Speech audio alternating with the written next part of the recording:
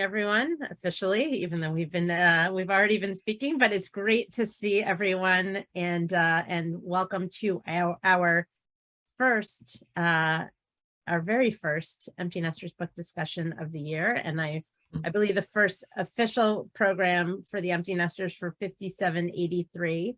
I'm Rabbi Shankman, for those of you who might not know me, and I am thrilled to be here with all of you, and also want to thank Barbara Sunnies, who you'll hear in a little while, and Ruth Seif, who are, I believe those have been our, am I right?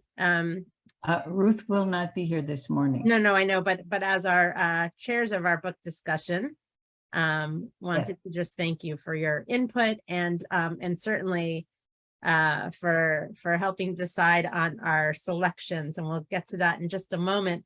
I want to remind everyone to please mute yourself and to remain on mute until later in our time together. There may be an opportunity for folks to come off of mute, but in the meantime, as we are going through our program this morning, if you have specific questions you would like posed to our speaker, you can send those directly to me in the chat.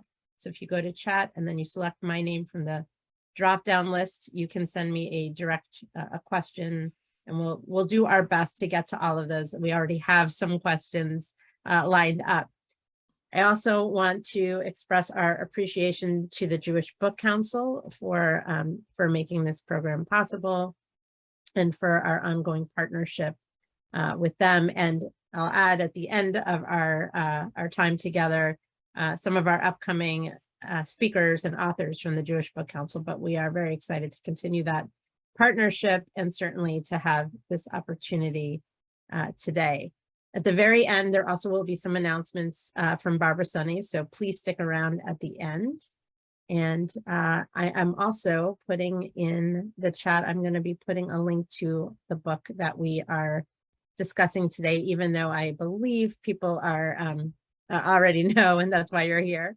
And you may have read it, but just in case you didn't, we will be sharing that as well. So I am so excited to be welcoming back our speaker and author today. I am thrilled because I'm excited to welcome Rachel Barenbaum back to Washington Hebrew Congregation. She was with us in the summer of 2020 for a Women of Washington Hebrew Literary Club on her previous book, A Bend in the Stars, also wonderful. And it's so nice to have you back with us and to be able to have this time together again. Rachel Barenbaum is a prolific writer and reviewer. Her work has appeared in Harper's Bazaar, the LA Review of Books, and more. She's a scholar in residence at the Hadassah Brandeis Institute at Brandeis, and her podcast, Check This Out, is sponsored by the Howe Library and A Mighty Blaze.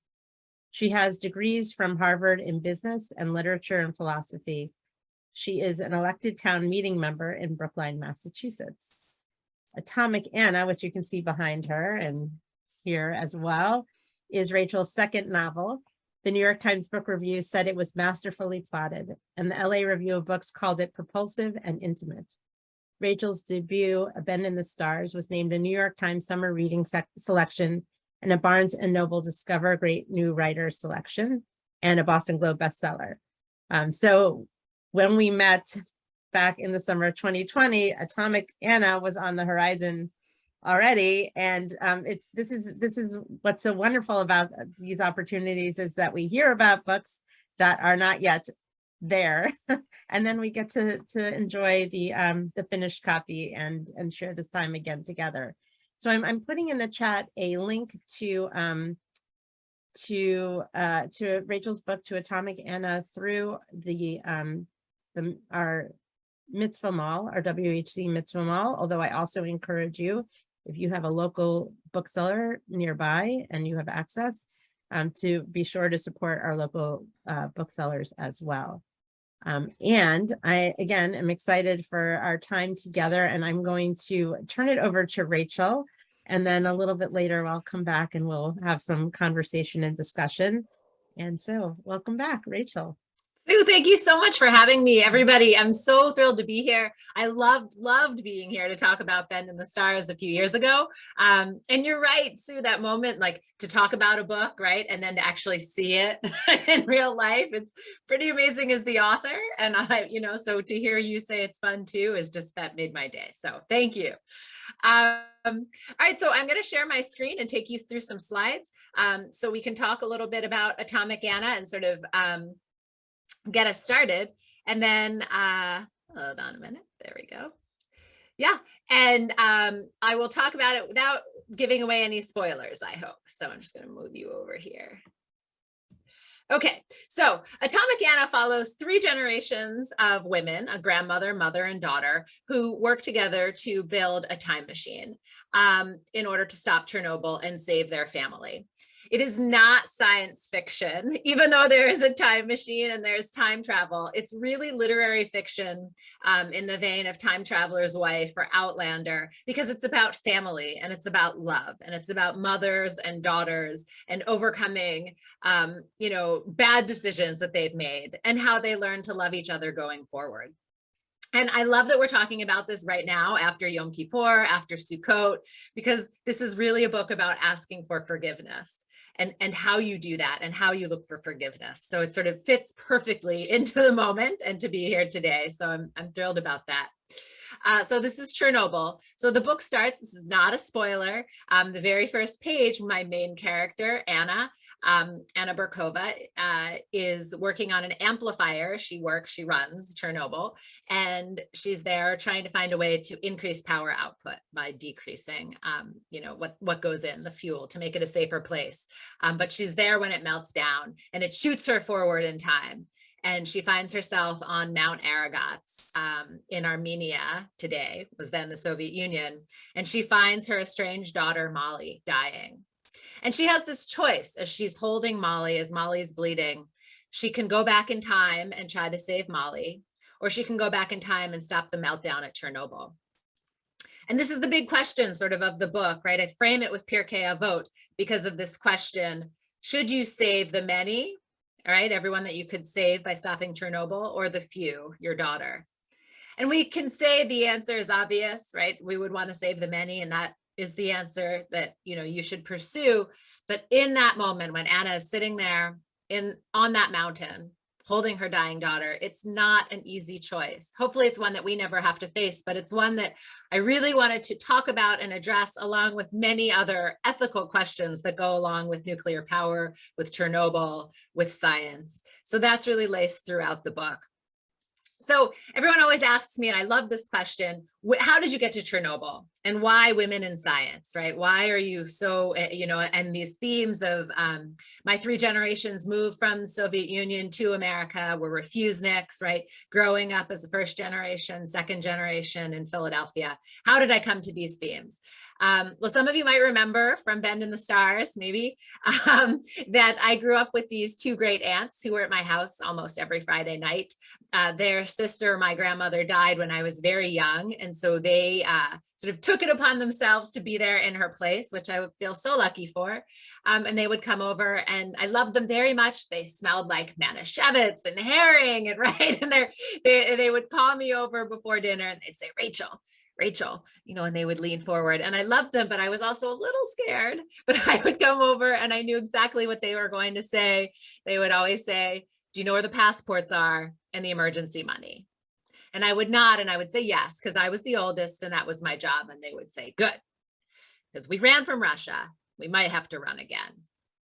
So I grew up with this feeling of maybe this isn't permanent. Maybe we're not always going to be in Philadelphia. And you see that in my books. You see that in Bend in the Stars, and you see that in Atomic Anna. Maybe we're going to have to run. And it opens, the second scene is building a fallout shelter in Philadelphia, right? And this idea that maybe the whole world is going to end one day, or life as we know it is going to change. But on top of that, right? How do I get to Chernobyl? Again, I go back to these two great aunts, and they're sitting with me. We're watching the news. This was back in the day. I was really little.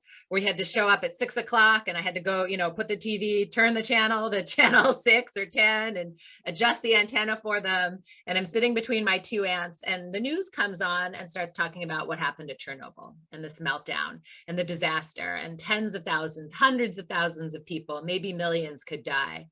And up to this point in my life, I thought that an accident was you fall down, you hurt your knee, or, I accidentally smack my brother or whatever, right? It never really occurred to me that an accident that grownups could have could be on such an enormous scale. So it was this terrifying moment. And then my one aunt leans over to the other and she says, if they had a woman in charge, that wouldn't have happened. So I have their voices in my head, right? These great aunts of mine. And I'm thinking, what if a woman was in charge? What would have been different? How would Chernobyl have run? And this brings me to Anna, right? My main character, the first in the 3 generations that I really dig into. And how did I get started on this project? Well, back in 2016, a lot of photo retrospectives or essays came out looking at Pripyat in particular, which is the closed city where everybody who worked at Chernobyl lived, right? They had to build the power plants and this very idyllic city. This is a picture of the pool. You can watch hundreds of hours of Soviet footage. I don't know why it exists, but it does, of the families and life in Pripyat.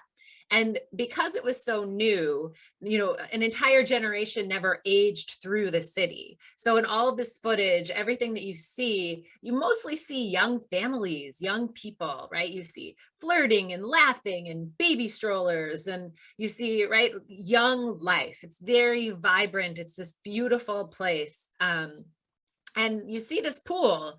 And then I saw this picture in 2016, and to me, it looked like a ghost pool, right? Because I had seen it as active and filled with families, kids being used for training, right?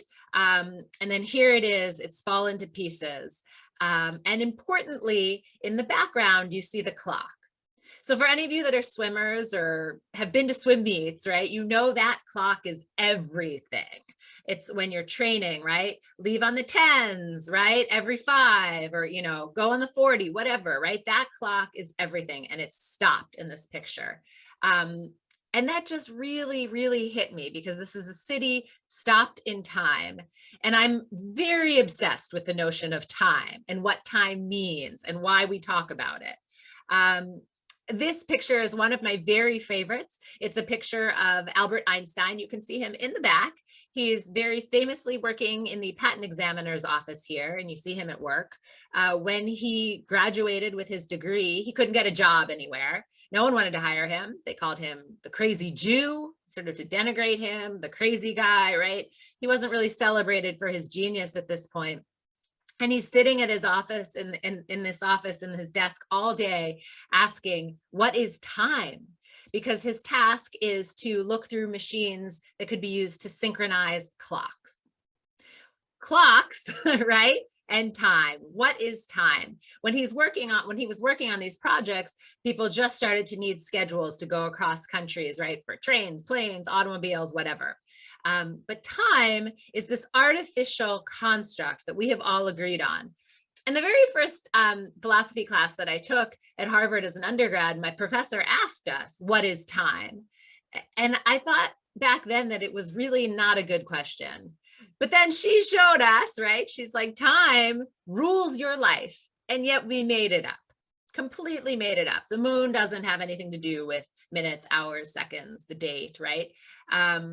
And that's just always blown my mind. And I think it also blew Einstein's mind, right? I mean, lots of us are sort of confounded by this idea of time. As Jews, we think about time a lot, right? What time do we light candles? What time is Shabbat over? How many days are between Yom Kippur and Rosh Hashanah, right? We count the Omer. We're always counting time. And yet why?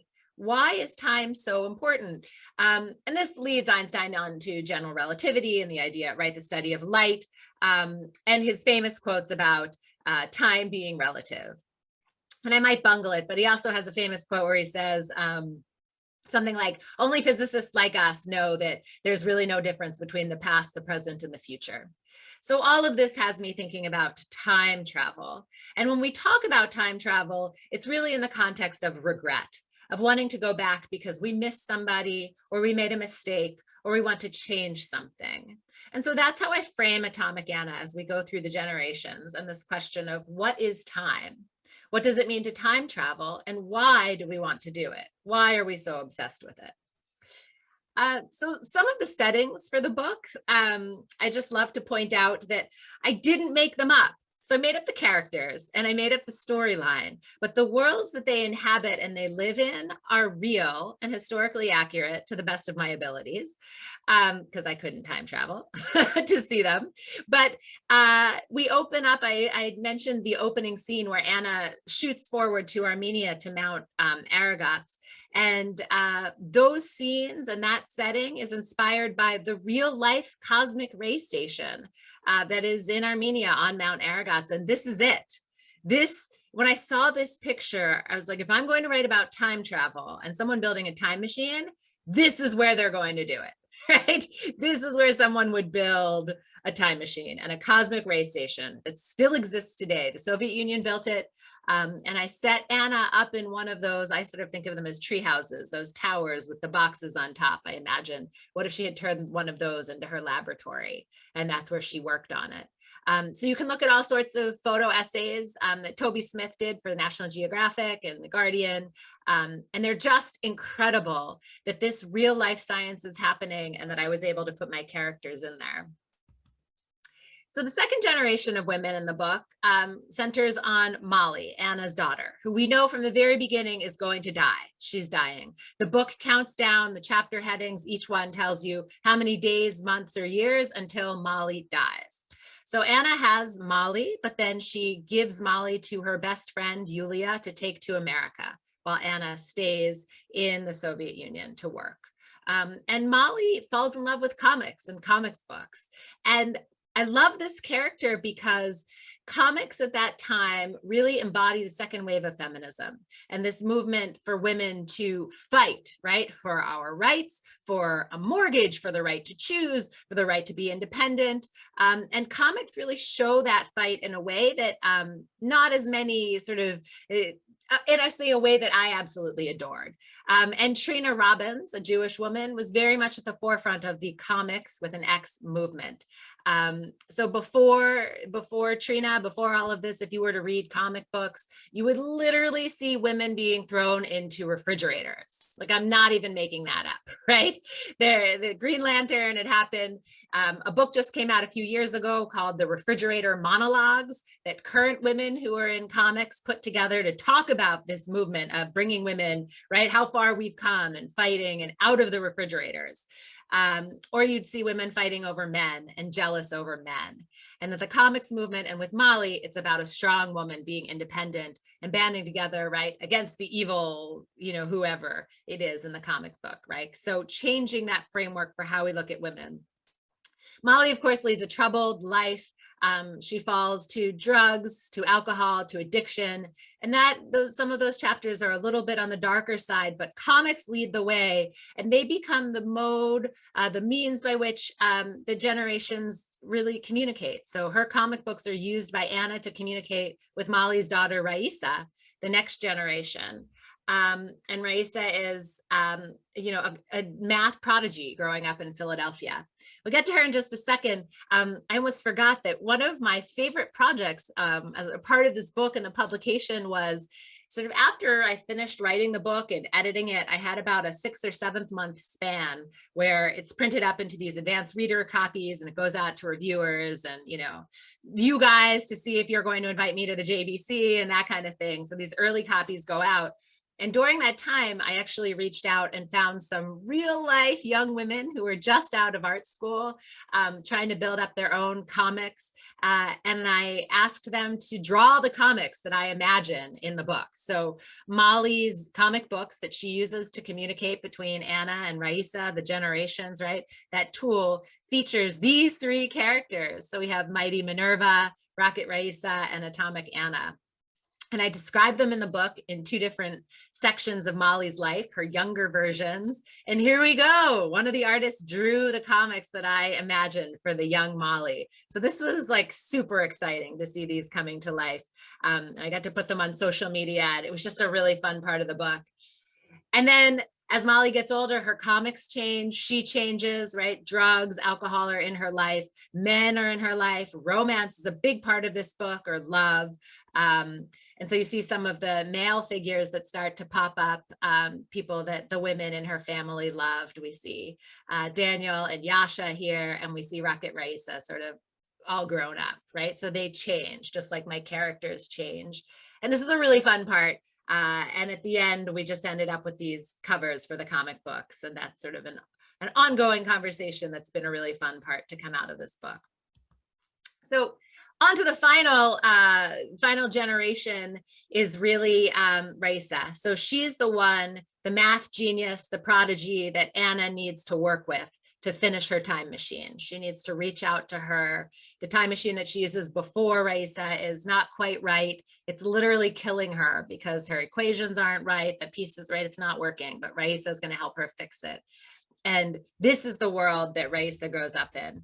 And I just love to read this opening page. Let's see if I can pull this up quickly to give you a sense of what this part of the book is like. So for those of you who have the book, if you want to follow along, if not, I'll just read the first paragraph. It's on page 196. So this is September 1987 in Philadelphia. These pictures depict the neighborhood where she grows up, which I describe with the following. When Raisa was 16 years old, she had been living with her grandparents for 6 years in a slice of Northeast Philly they called Little Russia. The streets were lined with row homes, separated by walls so thin there was no privacy, and invisible borders so thick she didn't need to use a word of English until she stepped into a classroom at school. She never saw her mother because she'd been told she was still in prison, and Raisa refused to visit. Papa was long dead, and now Raisa passed every waking hour either at school or her grandparents working at their store, the Russian market. She oscillated between the 2 worlds on a schedule set by the school bell and a pair of church bells recorded in Moscow that blared on the Russian radio station her grandmother played at all hours. So that's the setting for the 3rd generation. And then this is the flea market that inspired it, the butcher shop, right, that inspired it. And in the bottom, one of my favorite bands, Chaim, this is actually the cover to their newest album. They're on tour right now for Women in Music Part 3, but this is a real picture at a real Jewish deli in LA called Cantor's. And again, it looks just like the Russian market. This is where Raisa was growing up. So that's my very quick sort of introduction to Atomic Anna and the world of these 3 women and what you encounter in the books. I guess now we can open it up to questions, Sue.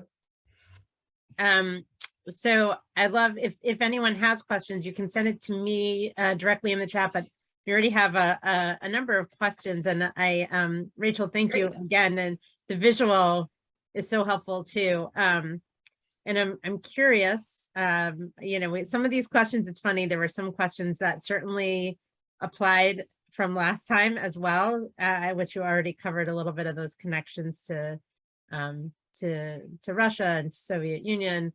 And Chernobyl as well. I am curious about the science, and because I don't believe that was part of your bio, business, literature, and philosophy. Yeah. And there's some very specific aspects of the science that you talked about, which I at the beginning, it was really, I was challenged as a non-science person. I appreciate science. But I'm curious about that in terms of how you got that background. What did you look for? It seems as though you have a degree in, astrophysics based on a reading. So. Thank you. So I love science. I absolutely love it, but not from the perspective of looking at equations and the actual numbers, but more from the questions of what is time, right? And this is where Einstein starts. Most of his famous thought experiments have nothing to do with math.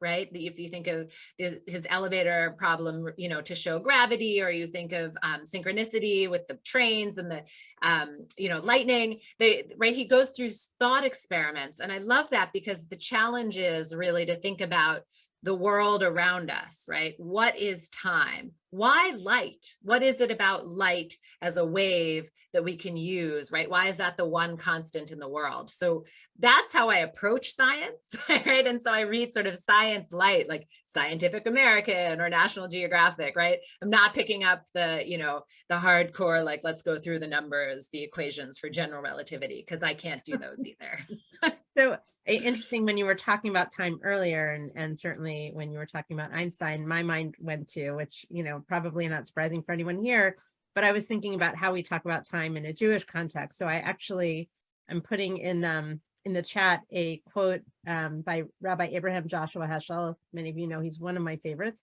but talking about in his book, The Sabbath, and talking about time, how on Shabbat, and appropriate that we're doing this on a Friday midday, how on Shabbat we celebrate time rather than space. So I'm just adding that in for a little bit of I love that balance between the two. And yeah, I love it. I was curious on the science. I mean, it seems like you'd have to have a pretty solid background to go as to the depths that you did. So I also wanted to ask, as a Talmud Mishnah geek, as some rabbis are, I was intrigued by the thread of quotes from Pirkei Avot that run through as sort of at the beginning of each part of the book, not the chapters, but the beginning of each part. And I'm curious how that came about and how that ties it together. Yeah, thank you for asking about Pirkei Avot, because it's one of my favorite texts.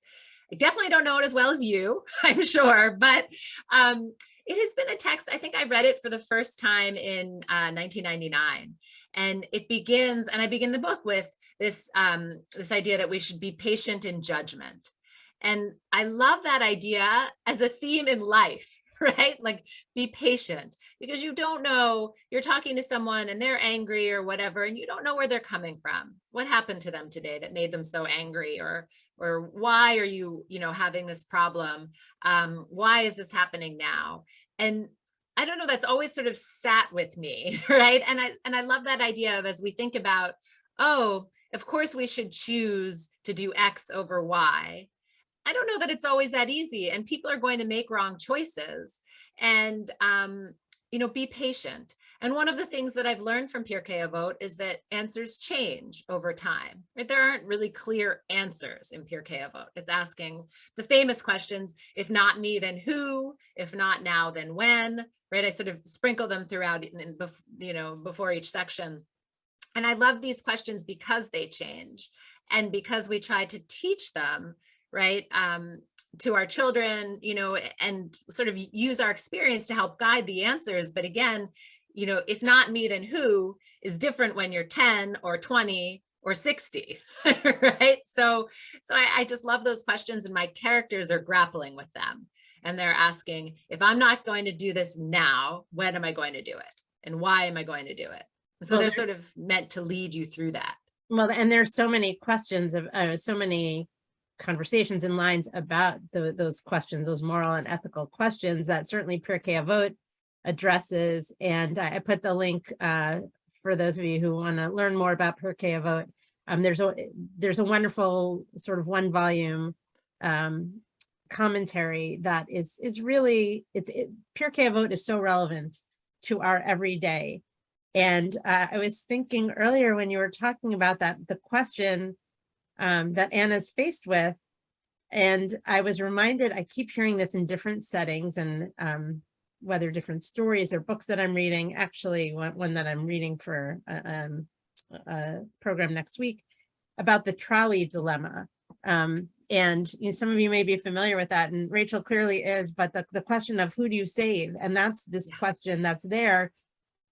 With also that realization when you talk about time and how we impact what we do now does impact the future. And in this movement through time, back and forth, how much is Anna impacting the future? And the trolley dilemma about, do you save the one person, or do you save the many people? And what's the right thing to do? Yeah. And there really is no answer. I mean, there's no good answer, right? Neither one makes you feel good or like you did the right thing. And I think that is part of what Pirkei Avot also addresses is you, even if you know you're doing what you should, it doesn't feel good. Right. And one of the questions in the chat, which I'm not sure if the answer to this will be a spoiler or not, but Anita asked, what was the evil deed that needed forgiveness? The evil deed in terms of why Anna is looking for forgiveness, I guess. So there are a couple of mistakes that she makes. I think if you look back, when you're 80 years old and you look back, you can probably think of a couple of things that maybe you would like to go back and change. And at that point, when the book opens, her daughter, she hasn't seen her daughter in decades. She's never met her granddaughter.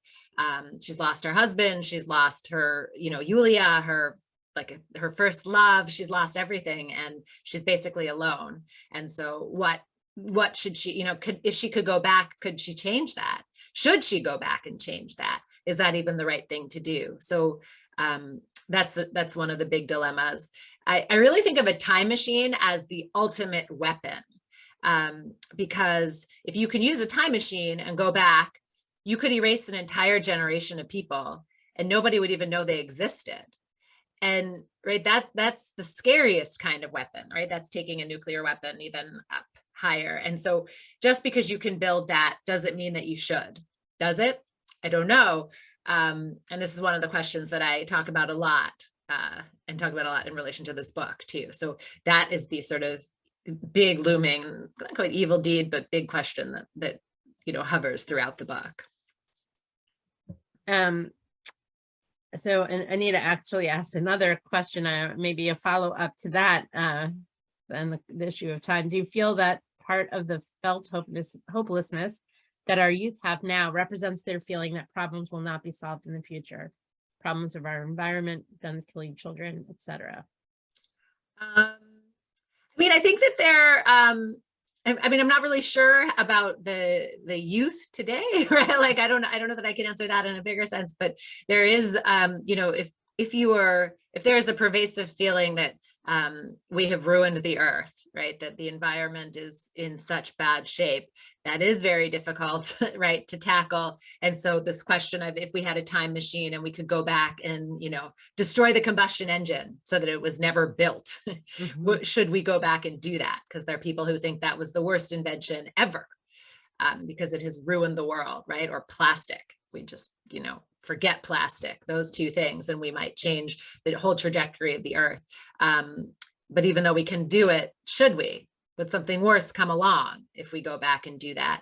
And so I think really what I'm hoping this book points to and helps people think about is, how do we ask for forgiveness, right? Coming out of Yom Kippur, and what do we change going forward? So how can I make things better? So in fact, it's not helpful to just sit around and say, oh, this is terrible, it's never going to be fixed.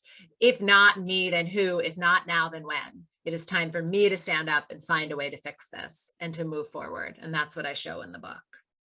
And you do it again, as you mentioned, it's these strong women who take on that role, who are actually not going to sit around, and are going to do whatever they can to, impact the future, and in the process to hopefully make up for some of those mistakes in their relationships. Yeah, for sure. I think that's, it's very hopeful. I am hopeful that I believe in our ability to change our future. It doesn't mean it's going to be easy or quick, but I think it can be done. Yeah. Did you have conversations? I know you talked about your aunts, but I'm curious, because you talked about the refuseniks earlier, and I remember, and my cousin Deborah might, although she was already off in probably either in college or maybe out. We had refuseniks come to our community. I know here in the Washington area we did as well.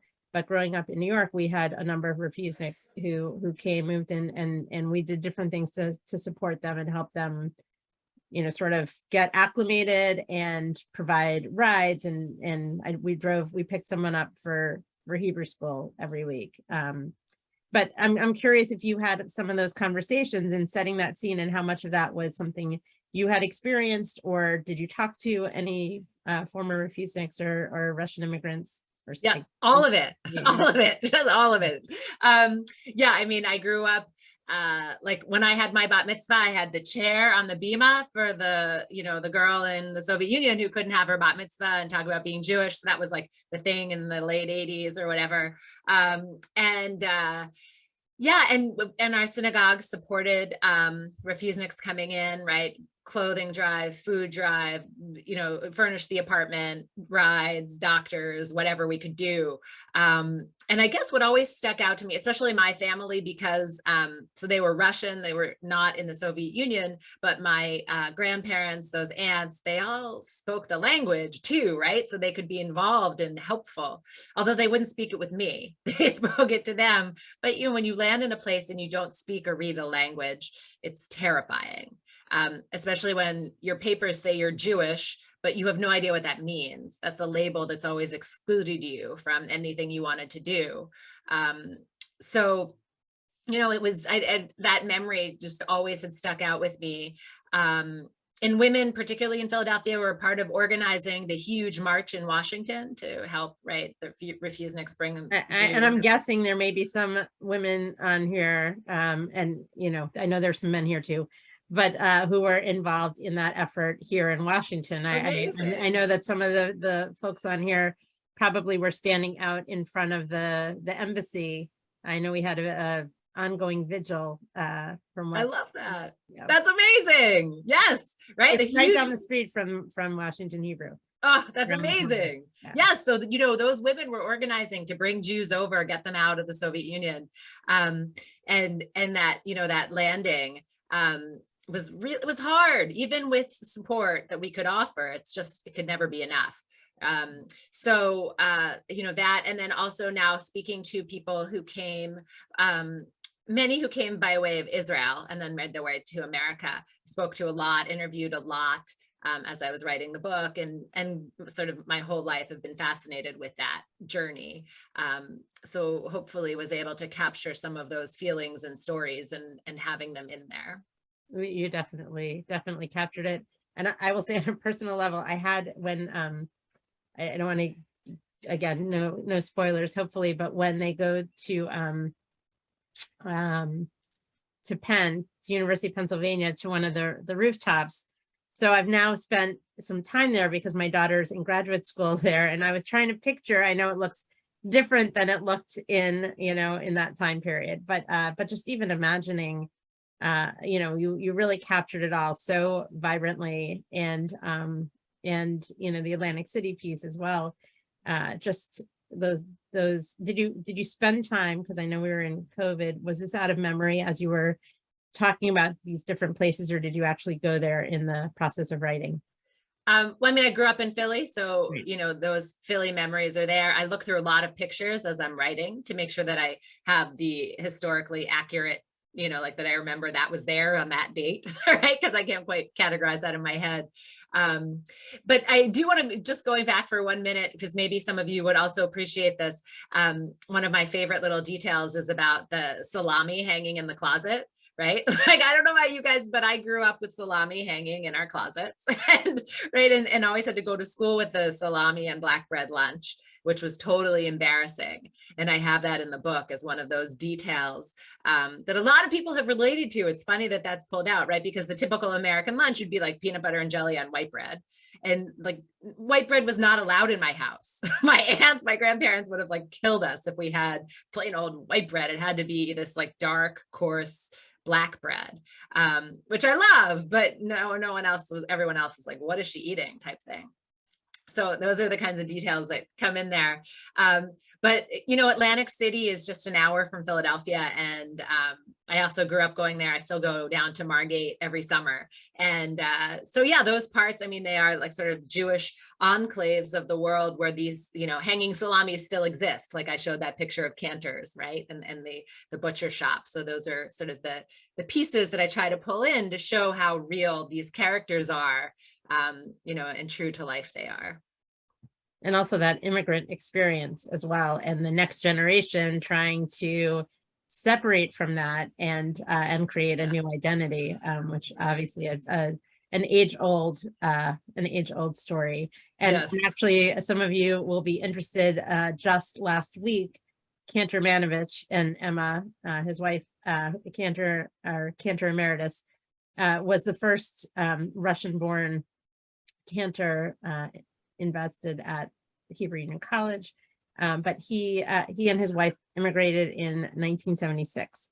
Wow. And came to this country in 1976 from the former Soviet Union. And I have their story, which I've heard, 20 plus times over the years, because we always have him share that story with our confirmation class, but really is, sort of that experience of coming. And he always talks about, and I was thinking about this because there's not a whole lot of religion in there. I mean, there is on your pages, and the Pirkei Avot is there, but as was the case for many coming from the former Soviet Union, one of the things that they talk about is that, they knew they were Jewish, and they had observance, some had observance in private and secret.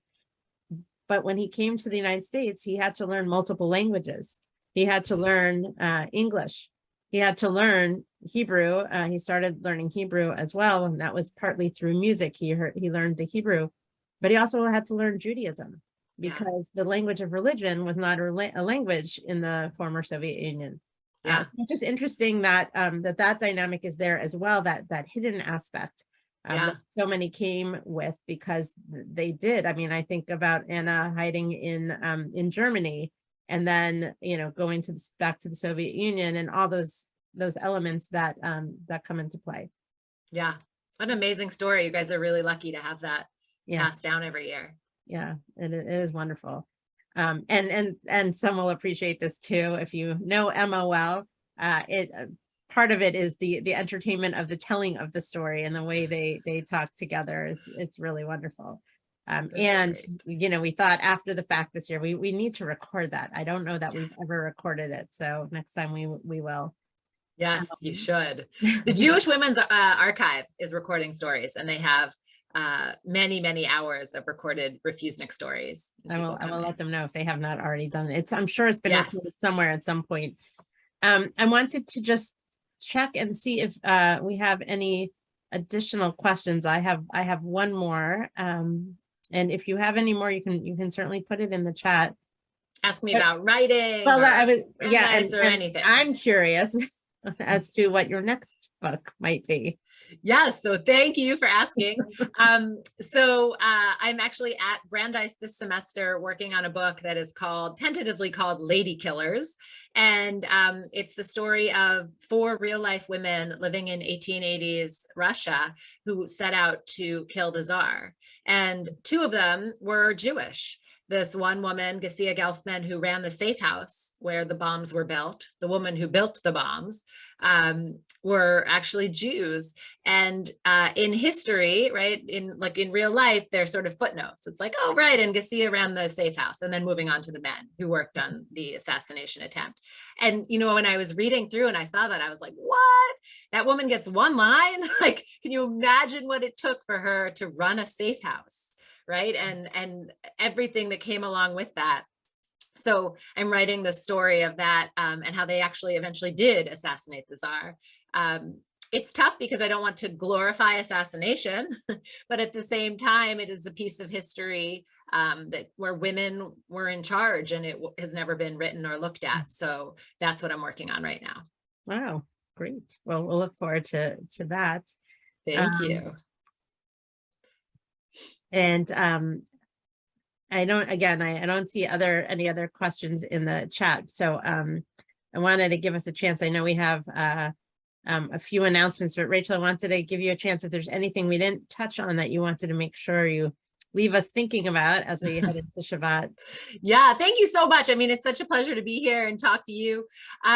I think that I just really love this idea of talking about what are we doing with science. And, you know, we think about we spend so many hours a day holding phones, looking at the computer, right? These are all parts of science, or worrying about the delivery of, you know, oil or fresh gas, or, you know, whatever, natural gas coming in. And we depend on science for everything we do. And yet I don't know how often we stop to think about why, or if we should, or, you know, how would you feel about spending triple your, you know, a bill so that you could go to, you know, a smaller carbon footprint?